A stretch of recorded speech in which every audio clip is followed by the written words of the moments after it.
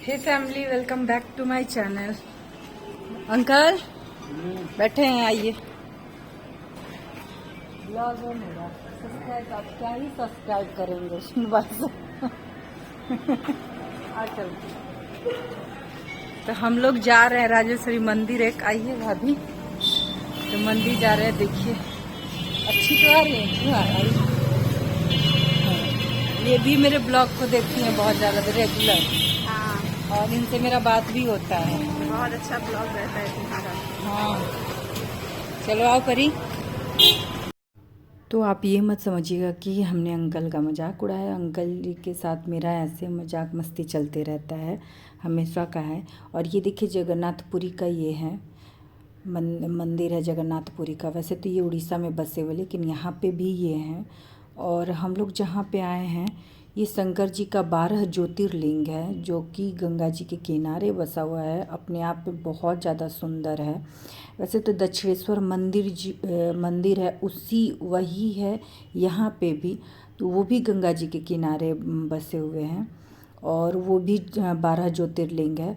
और यहाँ पे भी 12 ज्योतिर्लिंग है, गंगा जी के किनारे बसे हुए हैं।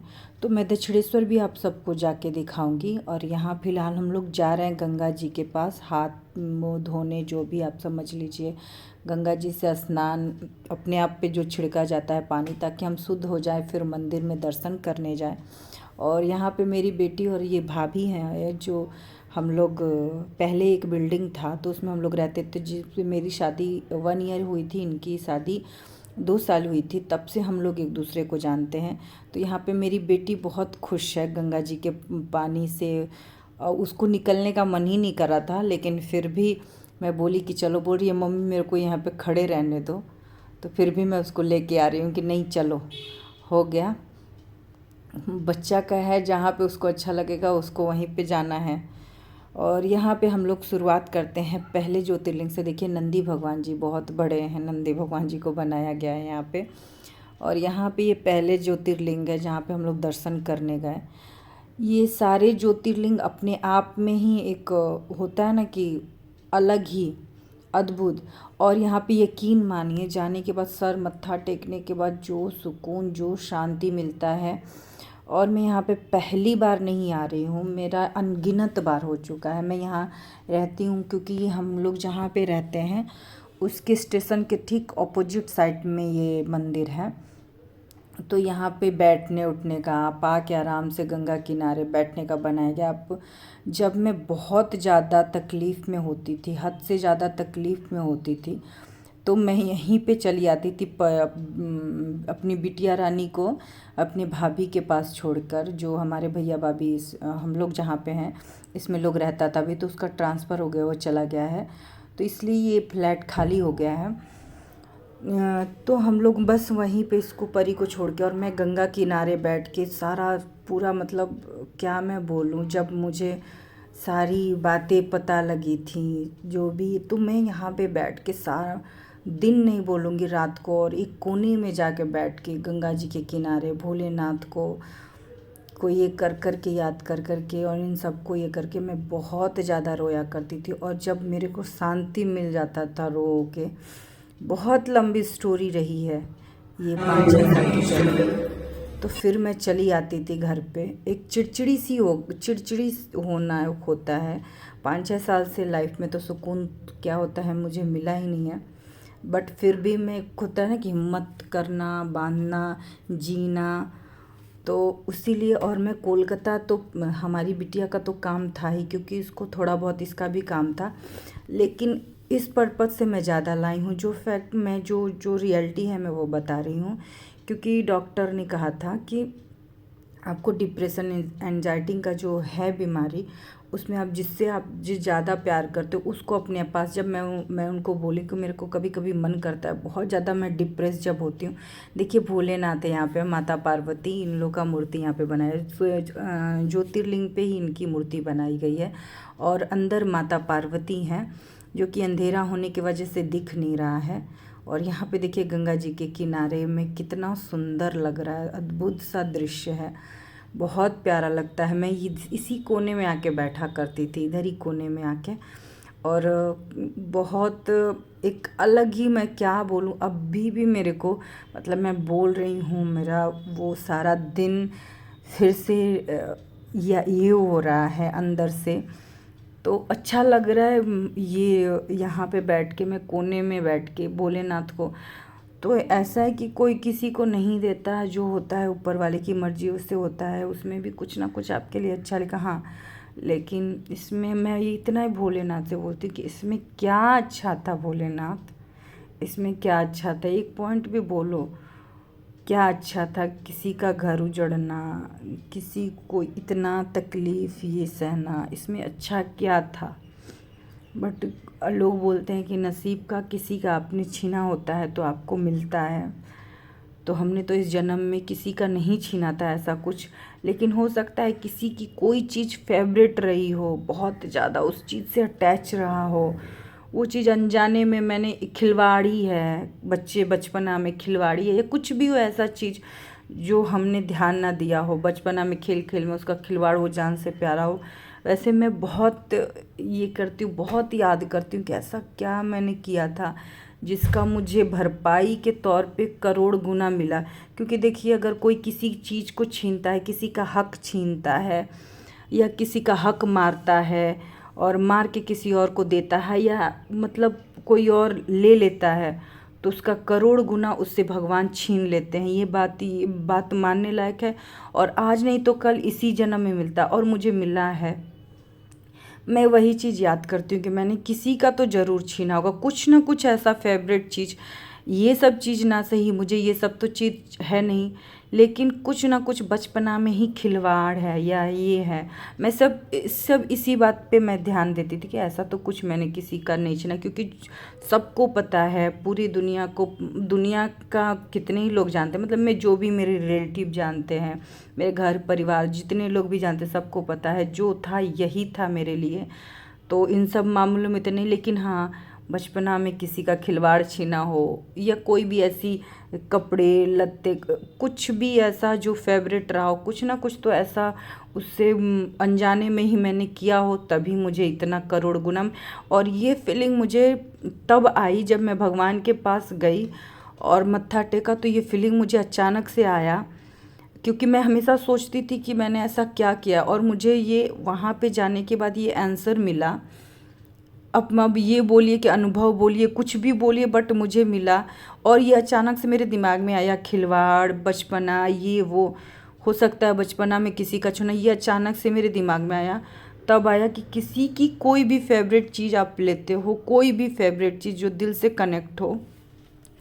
तो मेरी फेवरेट चीज़ तो सबको पता है, मेरा मैं किस चीज़ से ज़्यादा कनेक्ट थी, जिसके जाने से मतलब आदमी मर ही जाए, ज़िंदा ना रहे। अगर भगवान ने तो एक बच्ची दे दिया जिसकी वजह से मैं ज़िंदा खड़ी हूँ, तो उसका करोड़ गुना भगवान ने लौटाया। भगवान किसी के साथ नाइंसाफ़ी नहीं करता, उनके तो नज़र में हर कोई बराबर है, लड़का हो या लड़की हो, सब बराबर हैं। तो अमीर गरीब हर कोई, तो उनको तो बस यही चीज़ है कि हमने किसी का तो छीना था, क्योंकि भगवान ये है कि कोई भी किसी के हक का 1 रुपया भी खाता है, अगर वो तड़प रहा है उस चीज़ के लिए और उसका 1 रुपया भी खाता है, तो भगवान आज नहीं तो कल 10 साल के बाद, 20 साल के बाद उसका फल ज़रूर देते हैं, उसको उसका फल ज़रूर देते हैं। और मुझे मिला है, मैंने किसी ना किसी का तो मेरा हक छीन गया। लेकिन हाँ, ये भी है, भगवान से मैंने ये भी मांग के आया कि देखिए, भोलेनाथ का यहाँ पे ज्योतिर्लिंग जो है, ये अपने आप में देखिए, यहाँ पे रामेश्वर गोपेश्वरम, जैसे मैंने आपको, तो इसी तरह मेरा दर्शन करते जा रहे हैं, हर जगह ज्योतिर्लिंग का, हर जगह ज्योतिर्लिंग का मैं दर्शन करते जा रही हूँ, मत्था टेकते जा रही हूँ मुझे। और जब जब मैं मत्था टेक रही हूँ, तब तब नहीं कहना चाहिए, मुझे नया नया अनुभव हो रहा है।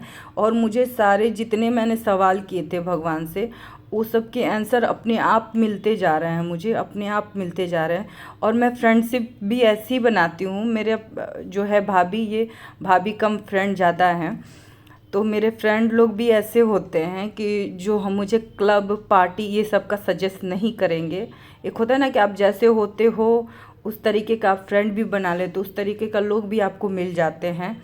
तो ऐसा नहीं कि मुझे पार्टी क्लब या ये सब नहीं पसंद है, बट हाँ अगर एक तरफ वो रहा एक तरफ ये रहा तो मेरा दिल जो है इसके तरफ भागेगा कि नहीं मुझे मंदिर जाना है, वो नहीं उसके तरफ जाएगा ही नहीं दिमाग। एंड ये नहीं कि मुझे वो चीज़ नहीं अच्छा लगता है, वो चीज़ भी अपने अपनी जगह पे वो है, अपनी जगह पे ये है, सब चीज़ मुझे अच्छा लगता है। लेकिन हाँ मैं इनसे ये नहीं कि आज मेरे ऊपर दुख पड़ा है तभी, मैं हमेशा से ही भगवान से कनेक्ट रही हूँ। और उसके बाद तो यहाँ पे हम लोगों ने दर्शन किया है, तो यही मैं बोलती हूँ कि ठीक है। और मैं फिर भगवान से क्वेश्चन किया कि ठीक है मैंने तो जो छीना था तो मेरा तो चला गया, मैं तो अब उस चीज़ को पता नहीं वापस आएगा, जो भी है क्या होगा क्या नहीं होगा मुझे नहीं पता, क्योंकि और लेकिन जो जो इंसान ने मेरा छीन के ले गया, मेरा हक का गया, और मेरा हक का जो जा रहा है जहाँ भी है जो भी जा रहा है तो उसका क्या, उसका भी आंसर एक होता है ना कि दिल से मैंने वहाँ पे भगवान से हाथ जोड़ के मिला कि मैं तो दर दर भटक रही हूँ ना। तो यहाँ पे मैंने अपने भगवान से बोला कि भगवान कुछ तो आंसर दो कि मेरा जो हक का खा रहा है, मेरे हक का जो जा रहा है, तो वहाँ पे जाहिर सी बात है वही सेम सिचुएशन, वही सेम क्वेश्चन कि कभी ना कभी जो मेरा भी खा रहा है। तो सोचिए मुझे बचपना में जो चीज़ का फल लिया हो सक अपने भाई से ही मैंने कुछ अपने भाई में ही कुछ लिया होगा, मेरे 2 भाई थे उन लोग का ही कोई फेवरेट चीज़ मैंने ज़बरदस्ती रख लिया होगा, उस चीज़ के लिए वो लोग तड़पे होंगे, तो उसका मुझे इतना ज़्यादा फल मिला। तो सोचिए कि जो मेरा इतना बड़ा चीज़ ले गए, मेरे हक का खा रहा है, और हम लोग माँ बेटी उस चीज़ के लिए तड़प रहे हैं, हम लोग की पूरी दुनिया बर्बाद हो गई, उस चीज़ के लिए हम लोग दर दर भटक रहे हैं, इधर के नहीं है उधर के नहीं है। तो सोचिए उस इंसान को कितना करोड़ गुना फल होगा कि हम लोग की एक एक आस का तो भगवान जरूर देंगे, इस बात का मुझे संतोष है। और मुझे अपना आंसर भी मिल गया है कि कभी आप किसी चीज़ की किसी भी चीज़ का बचपन में से उसकी फेवरेट चीज़ जब आप लिए रहते हो, कोई भी जिससे वो ज़्यादा कनेक्ट हो, जिसके लिए वो तड़पा हो, तभी आपको आपका आज देखिए शादी के बाद मेरा फेवरेट चीज़ चला गया, वो चीज़ निकला। तो बहुत कुछ ना कुछ लोग बहुत बोलते कि अरे मैंने भी तो ऐसा किया है, तो नहीं कहीं ना कहीं किसी न किसी रूप में मिलता ही मिलता है। और जो मुझे मिला है और मेरे साथ जो गलत हो रहा है वो भी भगवान देखेंगे। बस इन्हीं के साथ मैं वहाँ पे संतोष करके आई हूँ, भगवान को प्रणाम करके आई हूँ कि आपको तो सब पता है मेरे मन के बारे में, मेरा दिल दिमाग जो मैं कर रही हूँ क्या नहीं कर रही हूँ, दुनिया जजमेंट कर सकता है, आप तो सब जानते हो, आप तो सब देख सकते हो, आप सब जानते हो, सबके मन की बात जानते हो, किसके मन में क्या मैल है, मेरे मन में कितना मैल है क्या नहीं है, आपको तो सब पता है।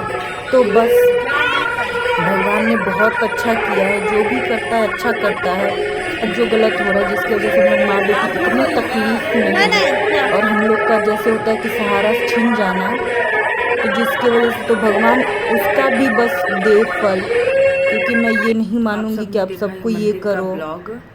तो ये ब्लॉग 2 पार्ट में जाने वाला है, ये 2 पार्ट में जाएगा। ये ब्लॉग आज गया है और कल हम लोग क्या बोलते हैं राजेश्वरी मंदिर गए थे, जो यहाँ ये मंदिर जो है दक्षिणेश्वर मंदिर, जो यहाँ कोलकाता का दक्षिणेश्वर मंदिर है। तो 12 शिवलिंग जो है वो यहाँ पे शायद पहली बार विराजमान हुए थे। अब जो स्टोरी हमको उतना नहीं आइडिया है। और फिर वहाँ पे भी दक्षिणेश्वर में भी विराजमान है, तो ये दक्षिणेश्वर के बराबर ही है यहाँ पे भी। तो यहाँ पे भी हम लोग गए थे। यहाँ पे 12 ज्योतिर् शिवलिंग है, जो रामेश्वर, नागेश्वरम, भूतेश्वरम, गोपेश्वरम, क्या क्या, तो वो सब प्रॉपर तो मैंने वो सब मैं हमेशा जाती हूँ यहाँ पे, हमेशा जाती हूँ। जब मैं आती हूँ यहाँ पे, मतलब आती हूँ क्या, यहाँ पे रहती हूँ, तो हर महीने में जाती थी वहाँ पे भगवान उस मंदिर में। और राजेश्वरी मंदिर जो है समझिए वो ट्रस्ट वाली मंदिर है, ट्रस्टी मंदिर है।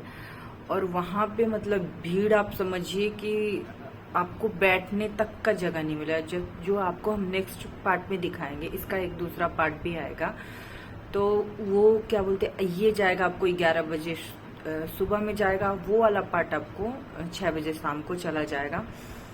तो वो मतलब वो मंदिर भी एक होता है ना कि बहुत ज्यादा अपने आप में ये करना, तो यहाँ पे अनगिनत लोगों की मनोकामना, मेरी तो ऐसी रही है कि, और जब मैं बहुत ज़्यादा खुद को हील कर रही थी मतलब सिचुएशन से, तो मैं उसी मंदिर में जाके मत्था टेक टेक के माता के पास, और माता ने मुझे बहुत संभाला, जो नेक्स्ट पार्ट में आप सबको दिखाऊंगी। बहुत प्यारी हमारी माँ है, इतनी प्यारी हैं।